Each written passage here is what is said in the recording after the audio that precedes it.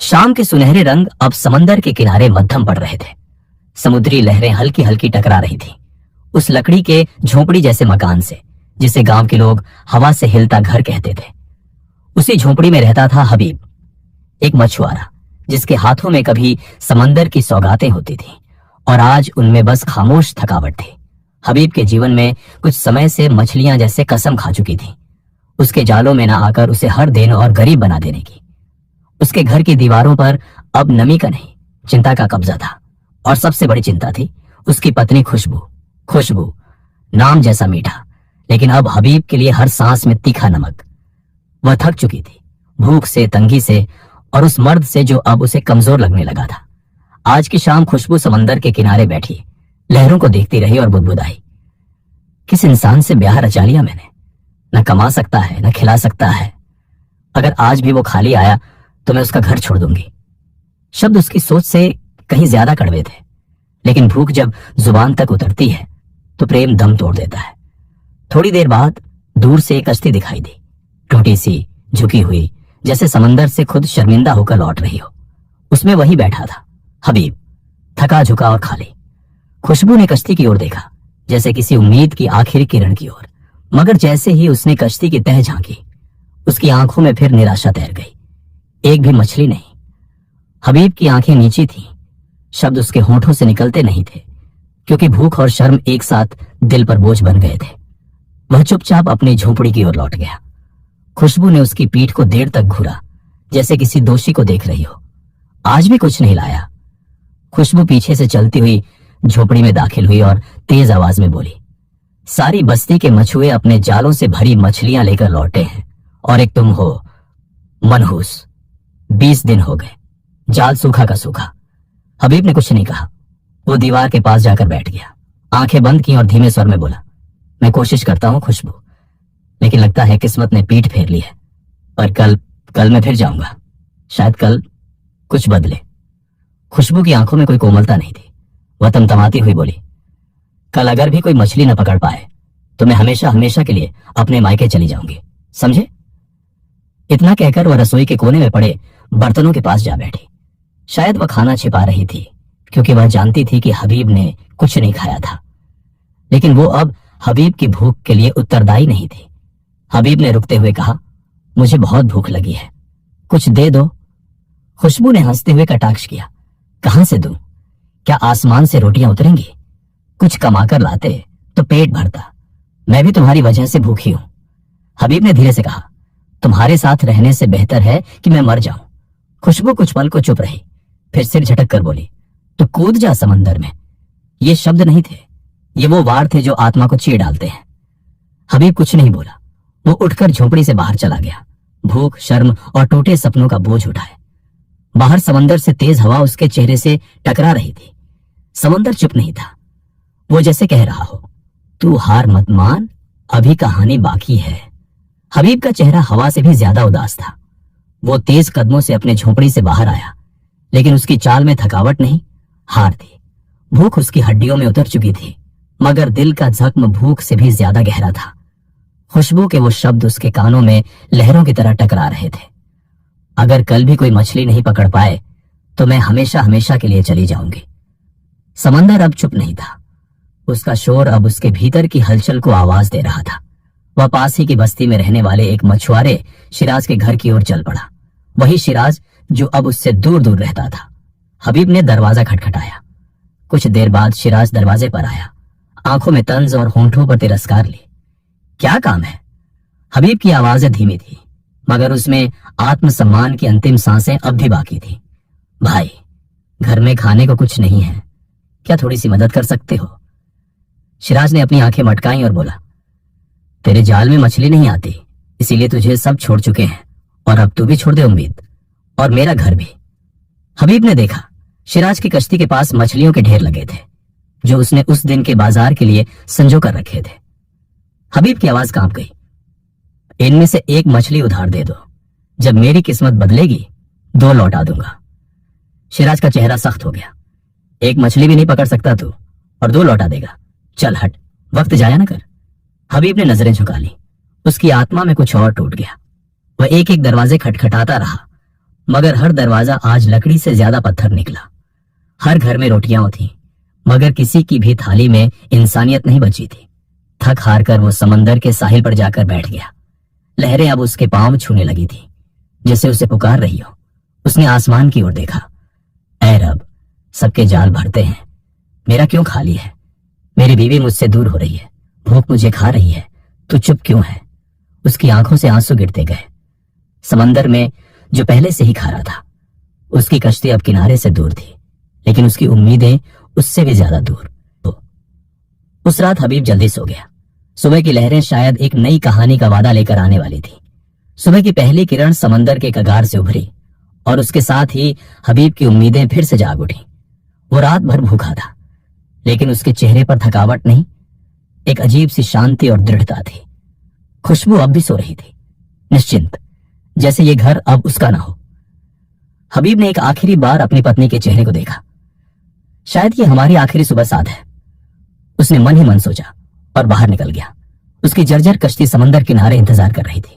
वो कश्ती जो अब तक उसके दूह की तरह ही कमजोर थी, आज उसे किसी तूफान से कम नहीं लगी। लेकिन आज कुछ अलग था। आज हबीब ने वो फैसला लिया जो कोई भी आसान हालात में नहीं करता। आज चाहे जो हो जाए, मैं उस समंदर के उस पार तक जाऊंगा जहां डर भी जाता नहीं। वो कश्ती में बैठा और उसकी आंखों में फिर से वही इच्छा की चमक थी जो कभी भूख और अपमान ने बुझा दी थी।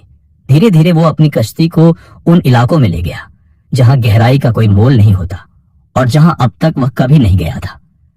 ये वो समंदर था जहां कई मछुए डूब चुके थे, लेकिन हबीब अब डूबने से नहीं डरता था।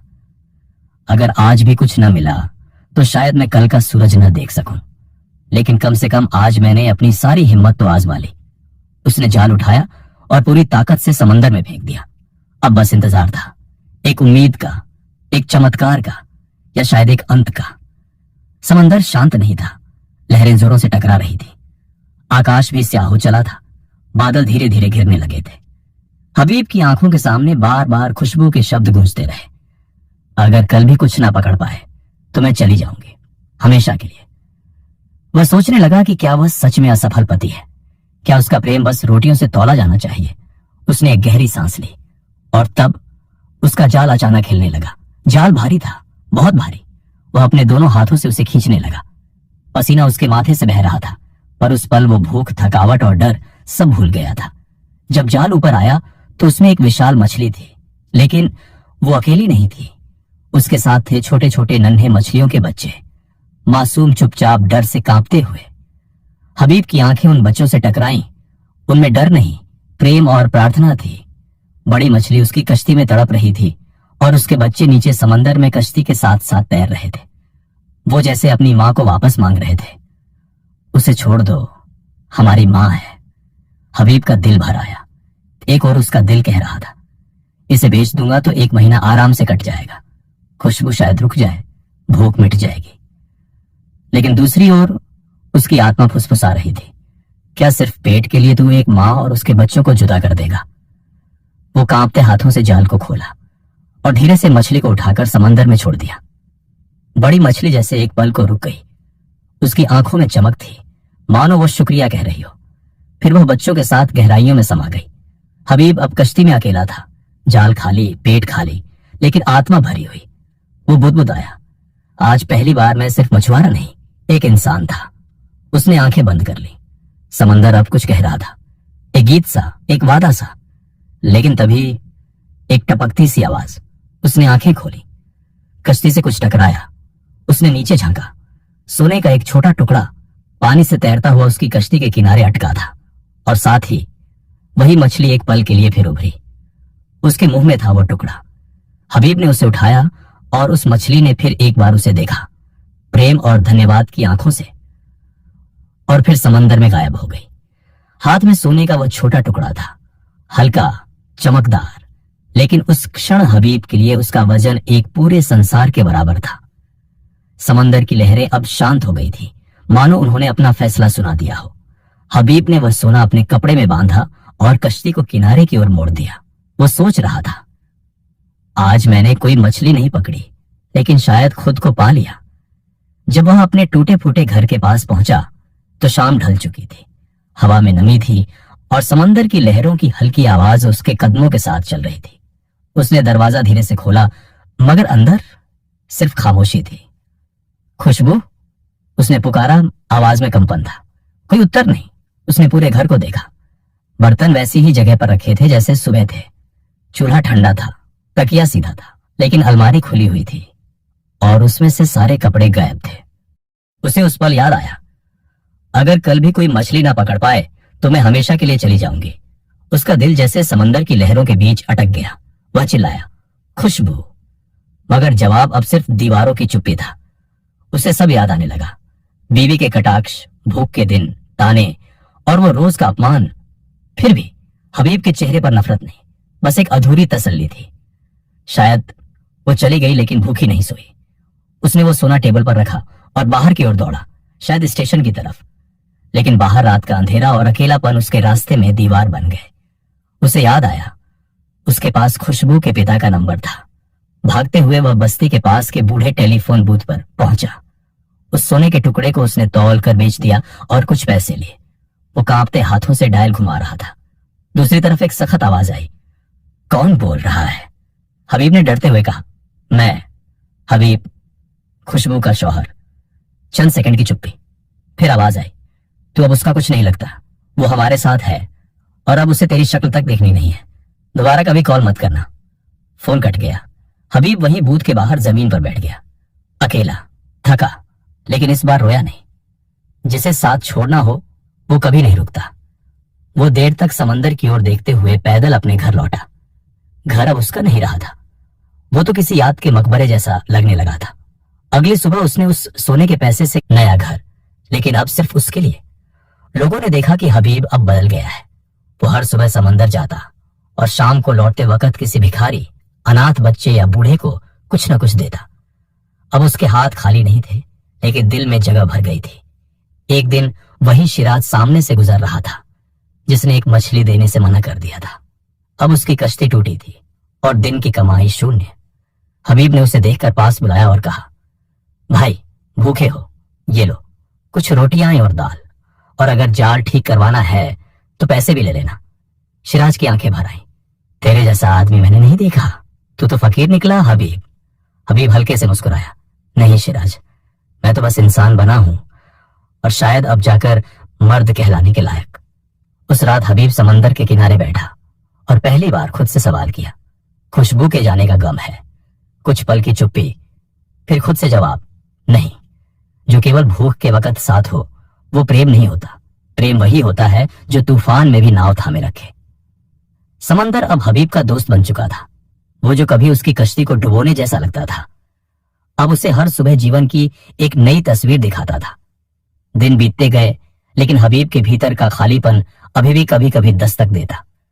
रात को जब समंदर की लहरें उसके झोपड़ी के पास आती तो वो जानता था कि कुछ यादें ऐसी होती हैं जो लौट आती हैं, जैसे समंदर की लहरें लौटती हैं, लेकिन साथ में कुछ नया छोड़ जाती है।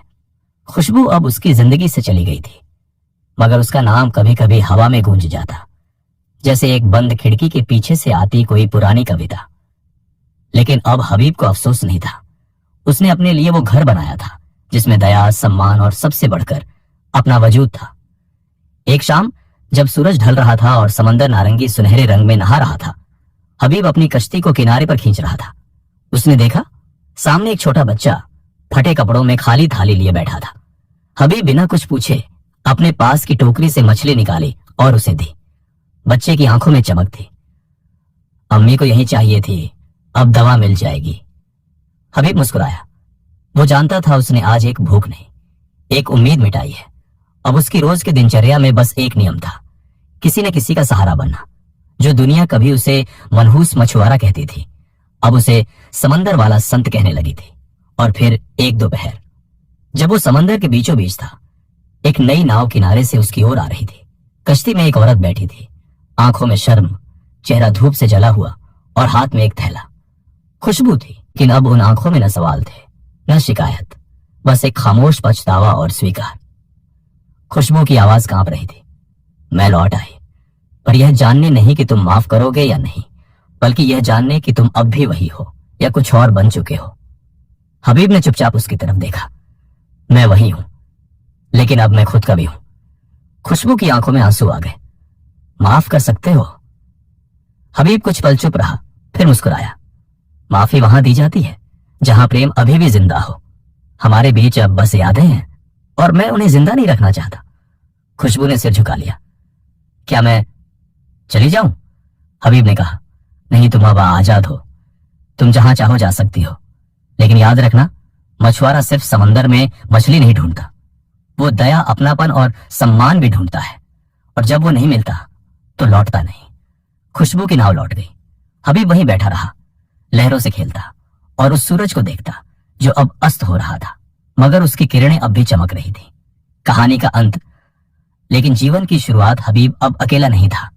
हर भूखा चेहरा, हर कांपती हथेली, हर टूटती उम्मीद अब उसका परिवार था।